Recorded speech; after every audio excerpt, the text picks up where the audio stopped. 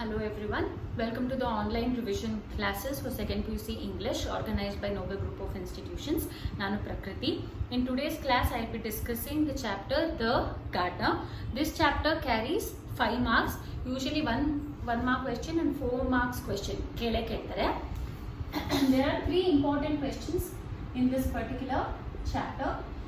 Okay, to tell the story very briefly, the story starts with a person joining a farm as a gardener. ಒಬ್ಬ ಯಾವುದೋ ಬೇರೆ ಊರಿಂದ ಬಂದು ಹೊಸ ಜಾಗದಲ್ಲಿ ಗಾರ್ಡನರ್ ಆಗಿ ಕೆಲಸ ಸೇರ್ಕೋತಾನೆ.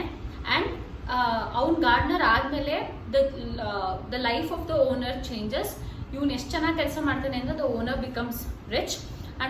But the owner also starts becoming lazy, because ಹೆಂಗಿದ್ರು ಬೇರೆಯವ್ರು ಕೆಲಸ ಮಾಡ್ತಿದ್ದಾರೆ, ನಾನು ಯಾಕೆ ಮಾಡ್ಬೇಕಂತ.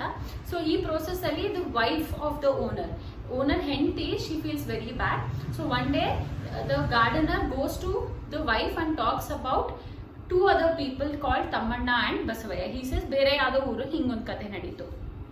Okay, and Tammanna and Basavaya are actually rivals.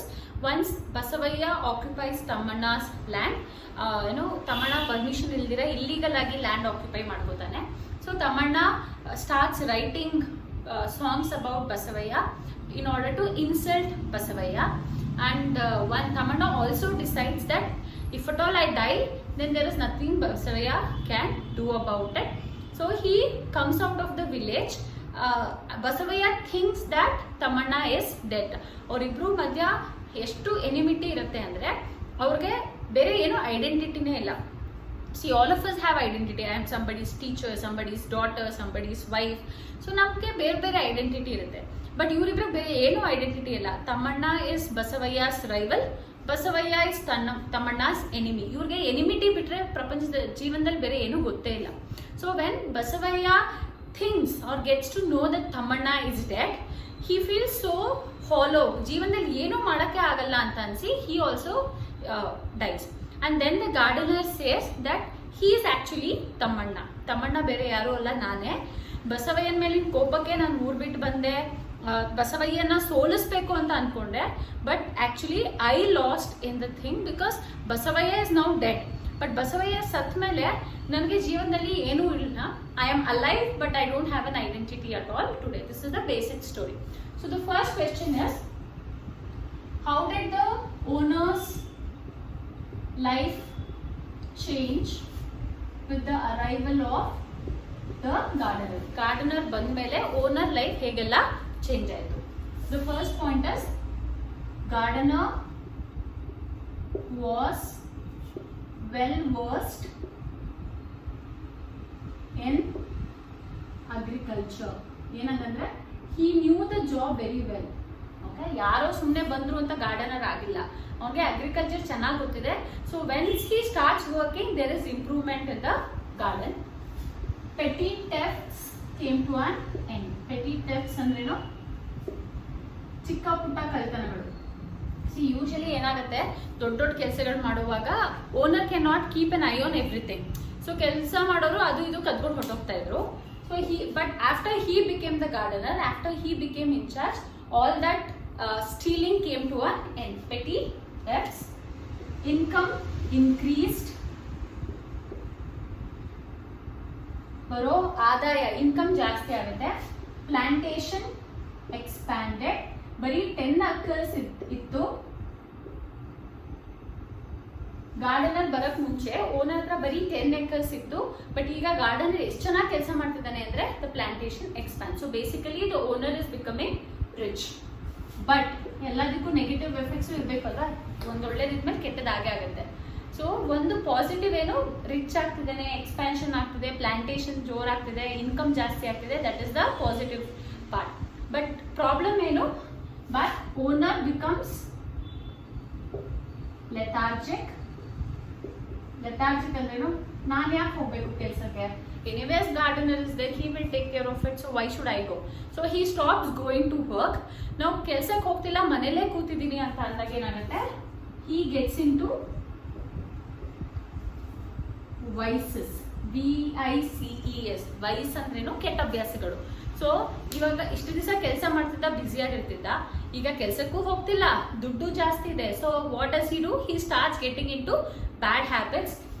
Friends ಜೊತೆ ಟೈಮ್ ಸ್ಪೆಂಡ್ ಮಾಡು, ಆಲ್ಕೋಹಾಲ್ ಜಾಸ್ತಿ ಕನ್ಸ್ಯೂಮ್ ಮಾಡು, ಈ ತರ ಆಗುತ್ತೆ.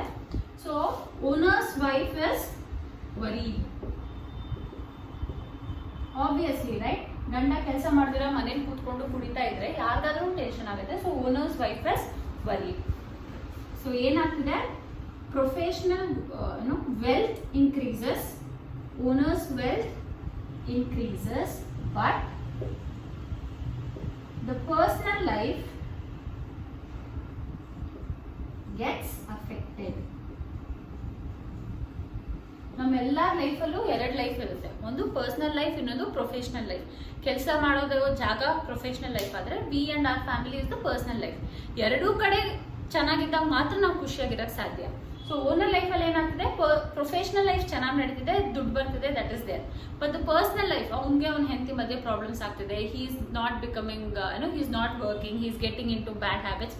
So personal life is getting affected. This is the answer. How did the owner's life change with the arrival of the gardener? Gardener was well versed in agriculture. Petty thefts came to an end. Aagtagid kaltanagal kadime aaytu. Income increased and thereby plantation expanded. 10 acres ididu ಜಾಸ್ತಿ expand ಆಯಿತು.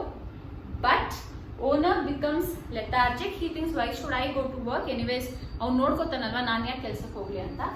Now that he has free time and food and money, he gets into vices, all kinds of bad habits. Owner's wife gets worried because ganda kelsakke hogtilla anta she gets worried. Therefore, with the arrival of the gardener, owner's wealth increases, but the personal life gets affected. Professional life ಚೆನ್ನಾಗಿ ಆಗ್ತಿದೆ, ಅದೇ personal life affect ಆಗ್ತಿದೆ. Okay? ಇದನ್ನ 2 ಸಲ ಏನೋ ಕೇಳಿದಾರೆ ಅಷ್ಟೇ, but anyways 1 mark ಕೇಳಬಹುದು, ಹಾಗಾಗಿ I have explain this. What is the next question? As I told, Tammanna and Basavayya was own enemies. Tammanna has 1000 acres, Basavayya has 800 acres of land. ಇವರಿಬ್ರು ಎನಿಮಿಟಿ ಹೆಂಗಿರುತ್ತೆ ಅಂತಂದ್ರೆ, ಇಡೀ ಊರಲ್ಲಿ ಬೇರೆ ಯಾರ ಹತ್ರನೂ ಜಾಗನೇ ಇರಲ್ಲ. Nobody owns a land. It either belongs to Tammanna or either belongs to Basavayya. They are not buying because they need it. ಅವಶ್ಯಕತೆ ಇದೆ ಅಂತ ಜಾಗ ತಗೋತಿಲ್ಲ, ಕಾಂಪಿಟೇಷನ್ ಮೇಲೆ ಜಾಗ ತಗೋತಿದ್ದಾರೆ. So it's not a healthy competition. ಏನು ಕಾಂಪಿಟೇಷನ್ ಅಂತ ಶುರು ಆಯಿತು, now it has turn to hatred. So they are own enemies. As I told, Thammanna has 1000 acres and Basavaya has 800 acres. So Basavaya goes to Tamanna and asks for 200 acres. He says, "Neenu 200 acre nange marbidu so that I will have more land." But Tamanna says, "One kelsa madu, you sell all the 800 acres to me. Naan yak ninige 200 marli, neene nin aasti nanige marbidu." And this angers Basavaya. He gets so irritated that he will occupy Tamanna's land illegally. ದುಡ್ಡು ಕೊಟ್ಟು ಕೊಂಡ್ಕೋತಿಲ್ಲ, permission ಹಾಕಿ ತಗೋತಿಲ್ಲ, ತಮ್ಮಣ್ಣಂಗೆ ಗೊತ್ತಿಲ್ಲದೇರ illegal ಆಗಿ encroach ಮಾಡ್ತಾನೆ, occupy ಮಾಡ್ತಾನೆ. So the next question is, how does Thammanna react to the encroachment of land? ತಮ್ಮಣ್ಣ's reaction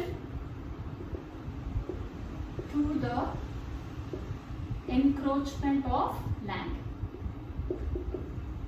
Okay. For this, as an introduction, we will write that Tamanna had 1000 acres and Basavaya had 800 acres. Basavaya encroaches 200 acres of Tamanna's land. Now, ಈಗ ಏನಾಗ್ತಿದೆ, ಇಬ್ಬರು ಜಗಳದಲ್ಲಿ ಎಲ್ಲರೂ ಮಜಾ ತಗೋತಾರಲ್ಲ, ಹಾಗೆ the entire village is divided. There are few people who are supporting Tamanna, there are few people who are supporting Basavaya, and they are giving them the suggestion, ಹಾಗೆ ಮಾಡು, ಹೀಗೆ ಮಾಡು ಅಂತ suggestions ಕೊಡ್ತಿರ್ತಾರೆ. So, the first point is, Basavaya encroached 200 acres of Tamanna's land. Tamanna was advised to go to court. ಕೆಲವರು ಹೇಳ್ತಾರೆ court ಹೋಗೋಣ, ಕೆಲವರು ಹೇಳ್ತಾರೆ ಪೊಲೀಸ್ ಹತ್ರ ಹೋಗೋಣ, ಕೆಲವರು ಹೇಳ್ತಾರೆ ನಾವೇ ಹೋಗಿ ಹೊಡೆದು ಬಂದ್ಬಿಡೋಣ. So he is given different advices. But what does Tamanna do? Tamanna takes intellectual path. ಏನಂದ್ರೆ I'll explain. See, ಇಷ್ಟು ದಿವಸ ಏನಾಗ್ತಿತ್ತು, they were fighting in terms of number. ನಿನ್ನ ಹತ್ರ 10 ಜನ ಇದ್ದಾರೆ, ನನ್ನ ಹತ್ರ 50 ಜನ ಇದ್ದಾರೆ.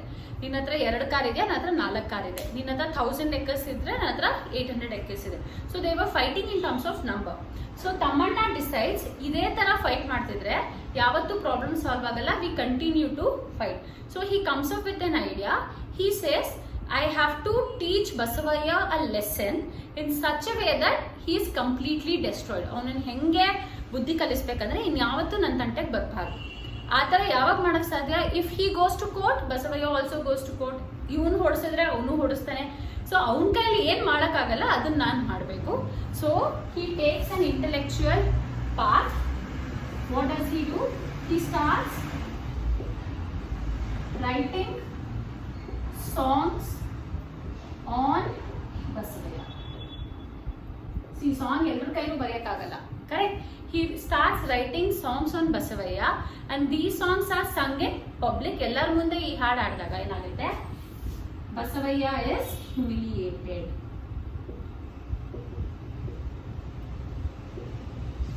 Humiliation ಅಂದ್ರೇನು? Insulted. Basavaya is insulted or humiliated.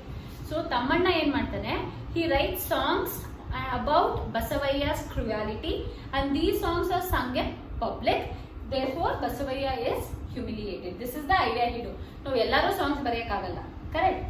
So ಇಷ್ಟೇ ಅಲ್ಲ, Thammanna the songs are translated into other languages. ಅವ್ನು ಬರೆದಿರೋ ಸಾಂಗ್ಸ್ ಎಷ್ಟು ಚೆನ್ನಾಗಿರುತ್ತೆ ಅಂದ್ರೆ ಅದನ್ನ ಬೇರೆ ಭಾಷೆನಲ್ಲಿ ಟ್ರಾನ್ಸ್ಲೇಟ್ ಮಾಡಕ್ ಶುರು ಮಾಡ್ತಾರೆ. He also gets awards and he becomes famous. ಅವನು ಎಷ್ಟು ಚೆನ್ನಾಗಿ ಹಾಡು ಬರೆದಿರ್ತಾನೆ ಅಂತಂದ್ರೆ ಬೇರೆ ಭಾಷೆಗಳಿಗೆ ಟ್ರಾನ್ಸ್ಲೇಟ್ ಆಗುತ್ತೆ. He will also get awards and he becomes very famous. Now think from Basavaya's point of view.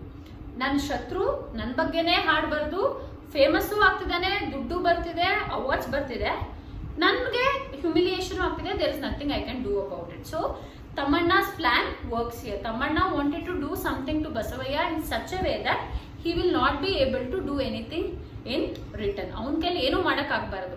That was his plan. So how does Tamanna react to encroachment of land? Firstly, Basavaya encroached 200 acres of Tamanna's land. Tamanna was advised by his supporters to go to court, to go to police. But Tamanna takes an intellectual path. ಬುದ್ಧಿ ಎಲ್ಲ ಕೈಲೂ use ಮಾಡೋಕ್ಕಾಗಲ್ಲ. ದುಡ್ಡು ಹೆಂಗೋ use ಮಾಡ್ಬಿಡ್ಬೋದು, ಜನನ್ ಕರೆಸ್ಬಿಡ್ಬೋದು. But ಬುದ್ಧಿ, intellectuality something which not everybody can use, everybody possess. ಎಲ್ಲರ ಹತ್ರನೂ ಬುದ್ಧಿ ಇರಲ್ಲ.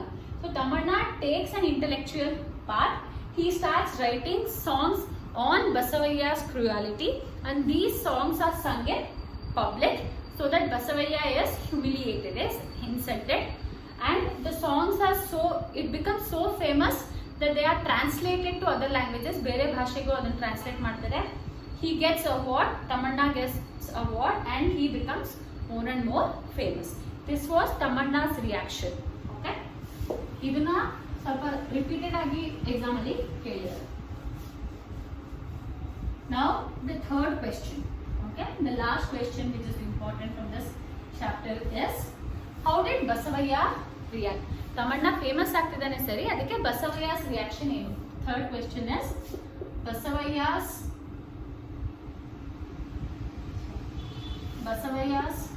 reaction to humiliation. ಒಂದಾಗ್ತಿರೋ ಅವಮಾನಕ್ಕೆ how does he react? Now Basavaya cannot write songs because creativity ಎಲ್ಲರಿಗೂ ಇರೋದಿಲ್ಲ. So what does he do? He will also start occupying more and more of Tamanna's land and Tamanna is now busy writing songs. ಇಷ್ಟು ದಿವಸ ಏನಾಗ್ತಿತ್ತು, ಮಾಡಕ್ಕೆ ಏನು ಕೆಲಸ ಇರಲಿಲ್ಲ, ಈ ಒಬ್ರಿಗೊಬ್ರು fight ಮಾಡ್ಕೊಂಡಿರೋರು.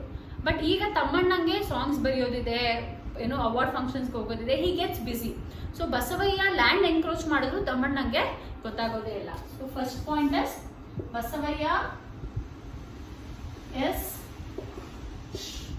Basavaya shrunk in humiliation shrunk ಅಂದ್ರೇನು past tense of shrink. Okay, ಎಷ್ಟು ಅವನ ಅವಮಾನ ಆಗೋಗ್ತಿರುತ್ತೆ ಅಂದ್ರೆ he becomes very weak. He occupies more of Tamanna's land.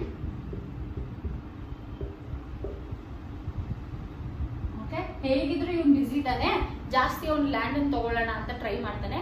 But Tammanna doesn't bother. So what does he do? He tries to fill his life with material wealth. ಅಂದ್ರೇನು, ನಾನು ಇನ್ನ ಜಾಸ್ತಿ ಶ್ರೀಮಂತ ಆಗ್ಬಿಡೋಣ, ನನ್ನ ಲೈಫ್ನ ಇನ್ನ ಜಾಸ್ತಿ ಲಕ್ಸುರಿಯಸ್ ಆಗಿ ಮಾಡ್ಕೊಳ್ಳೋಣ, so that people talk about me. So he tries to fill his life with material wealth. He buys gold and diamonds. ಅಷ್ಟೇ ಅಲ್ಲ, he also builds a mansion. ದೊಡ್ಡ ಮನೆ ಕಟ್ತಾನೆ, so that ಜನ ಬಸವಯ್ಯನ ಮನೆ ನೋಡು ಅಂತ ಅವನ ಬಗ್ಗೆ ಮಾತಾಡಬೇಕು ಅಂತ. He builds a mansion. He also appoints people to praise him. Appoints people to praise him. ಯಾಕೆ? Tammanna is becoming famous. Everybody is praising Tammanna. So ನನ್ನನ್ನು ಹೊಗಳಿ ಅಂತ ಹೊಗಳೋದಿಕ್ಕೆ ಅಂತಾನೆ ಜನಗಳನ್ನ ಅಪಾಯಿಂಟ್ ಮಾಡ್ತಾರೆ. He appoints people to praise him. He invites scholars and musicians. ಅವ್ರ ಮನೆಗೆ musicians ನ ಕರೆಸಿ ಕಚೇರಿ ಮಾಡೋದು, so that people will come. ಬೇರೆ ಕಡೆಯಿಂದ ಫ್ರೆಂಡ್ಸ್ ಬರ್ತಾರೆ, ಅವ್ನು ಪಾಪ್ಯುಲರ್ ಆಗ್ತಾನೆ ಅಂತ ಅನ್ಕೊಂಡು he invites scholars and musicians. But his life was still dull. ಏನೇ ಮಾಡಿದ್ರು ತಮ್ಮಣ್ಣನ ತರ ಅವನು ತಮ್ಮಣ್ಣನ ಲೆವೆಲ್ಗೆ ಅವನು ಫೇಮಸ್ ಆಗಕ್ಕೆ ಆಗಲ್ಲ. His life continues to look dull. Okay, so how does Basavaya react to his humiliation? Firstly, Basavaya is shrunk in humiliation. ಅವಮಾನದಲ್ಲಿ ಮುಳುಗೋಗ್ಬಿಟ್ಟಿದ್ದಾನೆ. He occupies more of Tamanna's land. ಹೇಗಿದ್ರು ತಮ್ಮಣ್ಣ ಬಿಸಿ ಇದ್ದಾನೆ ಅಂತ ಅವ್ನ ಲ್ಯಾಂಡ್ ಅನ್ನು ಆಕ್ಯುಪೈ ಮಾಡಕ್ ಹೋಗ್ತಾನೆ. But Tammanna does not bother. So he will start filling his life with material wealth. ದುಡ್ಡು ಜಾಸ್ತಿ ಮಾಡ್ಕೊಂಡ್ರೆ ಜನ ನನ್ನನ್ನ ಹೊಗಳ್ತಾರೆ ಅಂತ ಅನ್ಕೊಳ್ತಾನೆ. He buys gold, diamonds. He also builds a very big mansion. He will appoint people to praise him. ಅವನನ್ನು ಹೊಗಳಕ್ಕೆ ತಮ್ಮಣ್ಣನ ಎಲ್ಲರೂ ಹೊಗಳ್ತಿದ್ದಾರೆ, so ನನ್ನನ್ನು ಹೊಗಳಬೇಕು ಅಂತ he appoints people to praise him. He invites scholars and musicians, but his life continues to look dull. This is the answer. Again, please underline the key phrases when you write it in your answers. ತುಂಬಾ ಜನ notes ಕಳಿಸಿ ಅಂತ ಕೇಳ್ತಿದ್ರೆ I will definitely send the notes, but ಒಂದೊಂದೇ chapter ಕಳಿಸೋದು ಕಷ್ಟ ಆಗುತ್ತೆ. Once I finish all the textbook part, I will send notes together for all the chapters at once. Okay, this chapter, The Gardener, contains 5 marks. It's a very important and repeatedly asked question. 4 marks ಗೆ ತುಂಬಾ ಕೇಳಿದ್ದಾರೆ ಈ ಪಾಠದಿಂದ. I hope you have understood. Again, in any case, if you have any doubt, please ask it in the comment section. Thank you.